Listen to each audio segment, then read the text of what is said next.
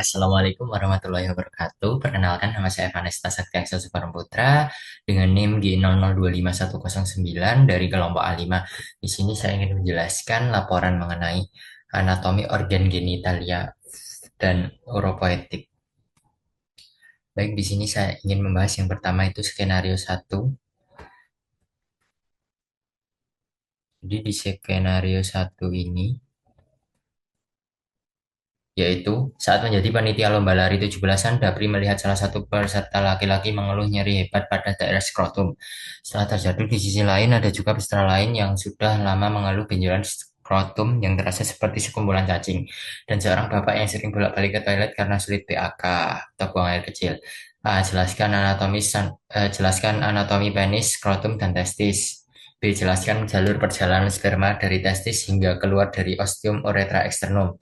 Jelaskan kemungkinan perbedaan anatomi dan klinis dari keluhan pada skenario tersebut, terutama yang mengarah ke torsio testis, varikokel, dan pembesaran prostat. Di sini yang pertama itu ada penis. Penis itu memiliki dua pars. Sebelumnya, penis itu alat kopulasi pada pria, dan dia itu bentuknya tubuler. Kemudian dia itu memiliki dua pars, pars fixa dan pars libera. Pars fixa itu terdiri dari keras penis yang ini, putih-putih ini, dan bulbus penis yang di tengah bawah ini.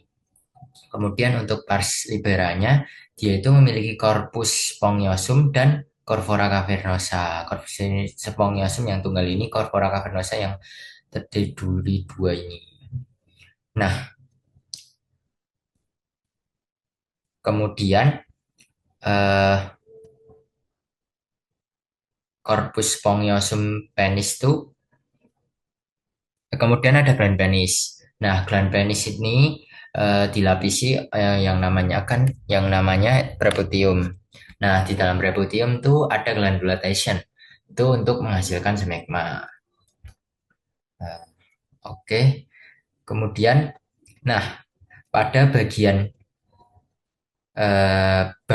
bagian proksimal pada penis itu ada seperti kayak garis, itu namanya frenulum preputii. Kemudian eh, bagian cekungannya ini dinamakan apa ya, lupa aku. Oke, next aja.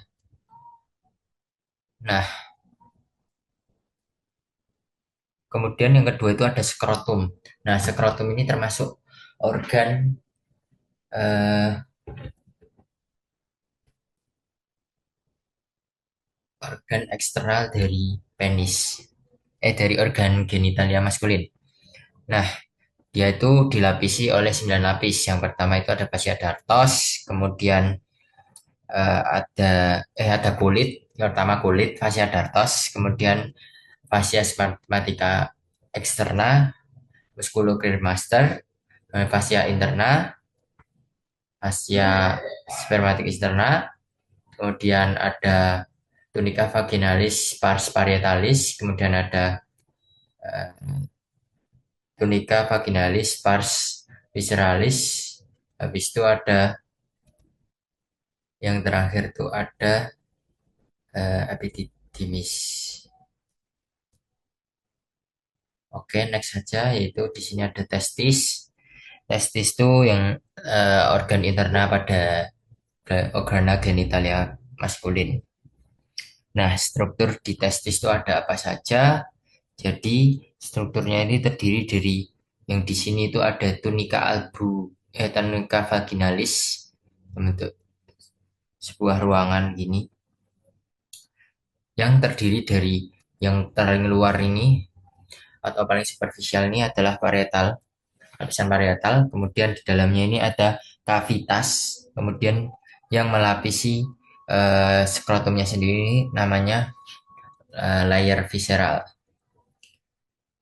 Nah, kemudian di sini yang warna biru ini adalah kapsul tunica albuginea. Kemudian di sini itu ada seperti saluran, itu namanya tubuler, dan di sini ada kelenjar tubular seminiferus. Kemudian ini bagian epididymis kepalanya yang ductus efferent. Oke, next aja. Nah, jalur perjalanan sperma. Jalur perjalanan sperma itu dimulai dari ampulla of ductus deferens yang kemudian akan menuju ke eh, dia kan berasal dari vesicula seminalis. Dari vesicula seminalis ini kemudian akan dikompresi ke ampulla of ductus deferens. Nah, kemudian ke ductus deferens, saluran dari ductus deferens, kemudian melalui epididymis. Oh, sorry, man. Dia itu dari skrotum, dari testis, kemudian masuk ke rete testis, kemudian ductus efferent testis, kemudian ke epididymis, kemudian ke ductus deferens, dan kemudian lanjut ke ampulla ductus deferens. Setelah dari ampulla ductus deferens, perjalanan sperma tadi ke vesicula seminalis disimpan di sini terlebih dahulu, kemudian baru nanti melewati yang namanya uretra prostatica, membranosus uretra, kemudian corpus cavernosum, corpus spongiosum, kemudian baru bisa dikeluarkan. Torsiotestis, keadaan di mana testisnya itu terpelintir karena bisa jadi karena benturan.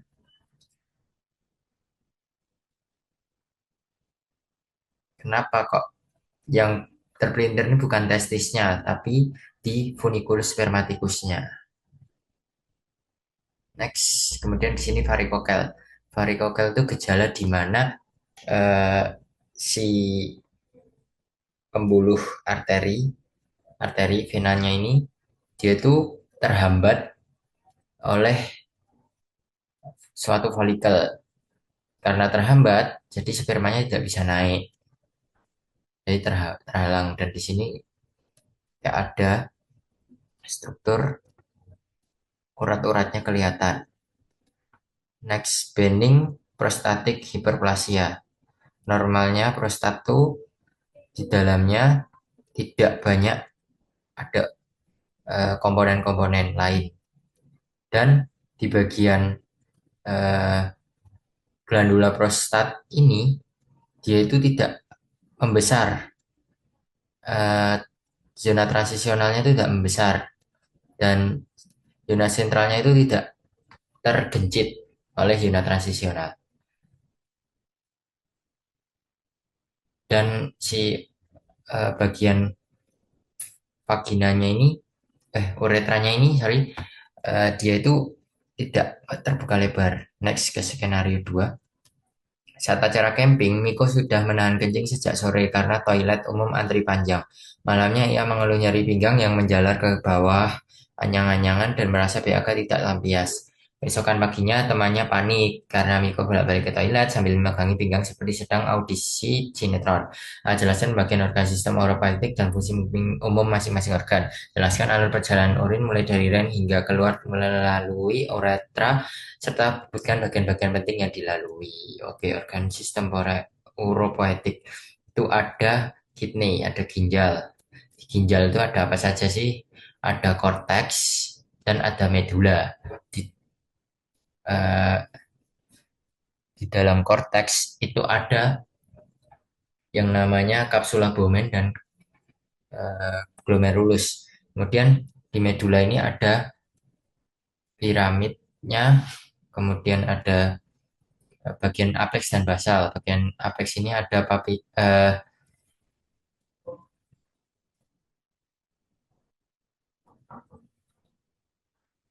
ada piramidis renalisnya, kemudian di bagian basalnya itu dinamakan oleh, ya next saja. Kemudian di sini tuh ada yang namanya calyx minor, kemudian di sini tuh ada calyx mayornya, dan di sini tuh pelvis renalisnya. Nah, di antara ini itu dinamakan columna renalis. Di antara si piramid-piramidnya dinamakan columna renalis. Kemudian di sini tuh ada ureter. Ureter tuh Jadi yang menyalurkan apapun darah dari ginjal menuju vesika urinaria. Kemudian di sini vesika urinaria, tempat di mana eh, ur- urin itu disimpan di dalam sini, bladder. Kemudian di bawahnya ini ada uretra.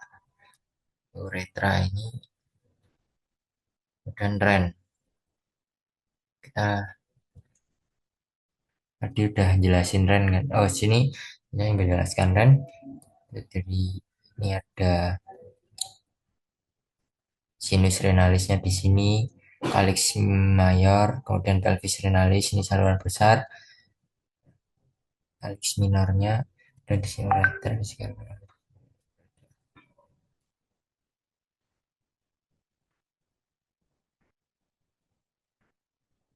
Dan kita lanjut ke skenario 3. Di ruang bersalin, seorang ibu sedang dalam proses persalinan. Bidan menilai penurunan kepala janin dengan bidang Hodge.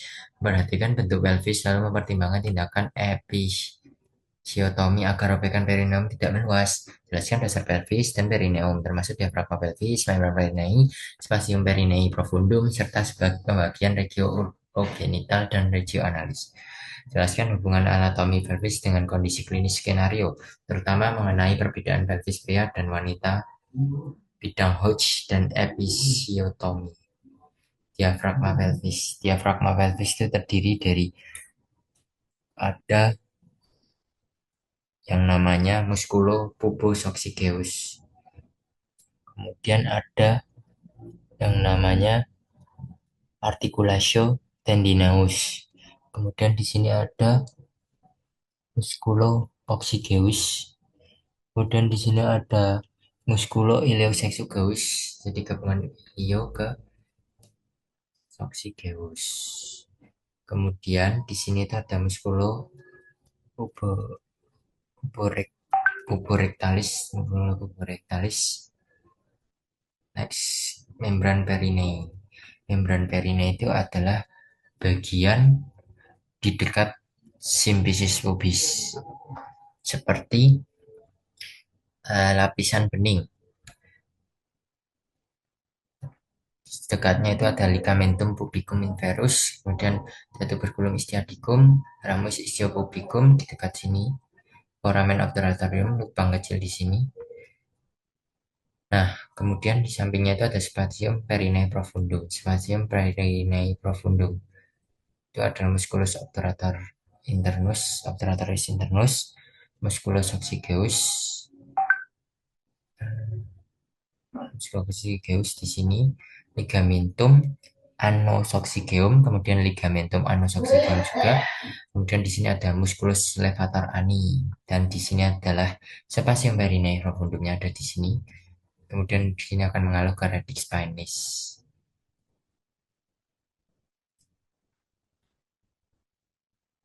Regio perineum, orogenital triangle. Di sini ada symphysis pubis, kemudian di sini ada tuberositas, kemudian di sini ada rape, dan ini skrotumnya, koksik di bagian bawah dekat anus. Kemudian mons papis pada wanita, ini femal pada wanita, ini ada penonjolan, dan ini terdiri dari serat-serat. Regio urogenital, femal dan male. Next. Nah, di sini ada perbedaan pelvis wanita dan pria.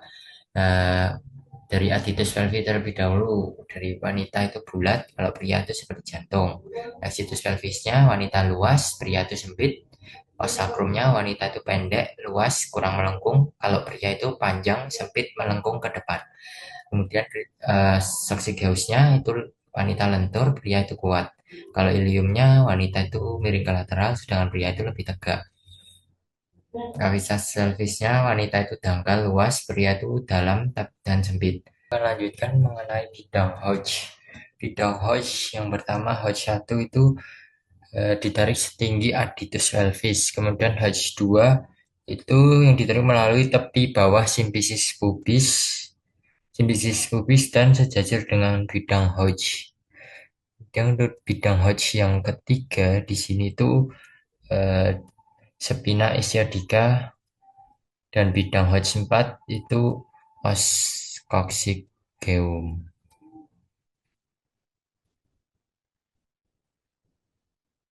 Prosedur episiotomi. Prosedur episiotomi sendiri